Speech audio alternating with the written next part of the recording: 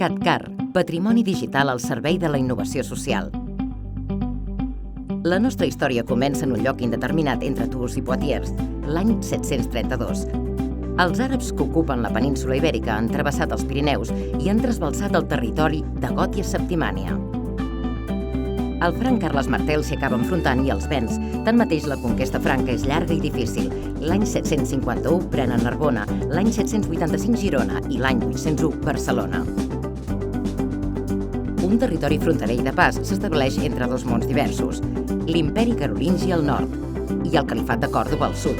Aquest territori entre els Pirineus i el Llobregat dibuixa la primera Catalunya, la Catalunya Vella. Aquest és un territori molt inestable durant el segle VIII i sofreix ràtzies fins ben bé a finals del segle X. Per tal d'estabilitzar la marca conquerida, els francs, respectant els costums i les lleis locals, restauren les antigues seus episcopals i instal·len estructures defensives com castells i muralles, religioses, les abadies benedictines, i polítiques, els comtats.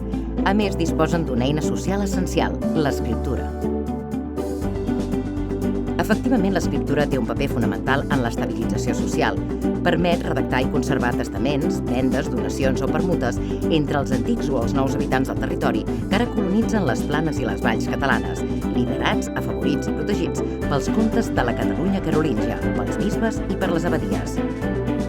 Milers de documents il·lustren en detall un període clau de la història que prefigura la construcció de l'actual Unió Europea, el món carolingi. Aquests documents recollits i publicats per l'Institut d'Estudis Catalans des del 1926 fins ara són un veritable tresor recopilat en un total de 18 toms que reuneixen més de 6.000 documents. Ara el projecte de cooperació transfronterera CatCar els posarà a l'abast dels ciutadans mitjançant la creació d'una plataforma virtual d'accés obert que hostatjarà tota la documentació amb reproduccions fotogràfiques d'originals i recreacions cartogràfiques espacials i temporals d'aquest intens capítol històric.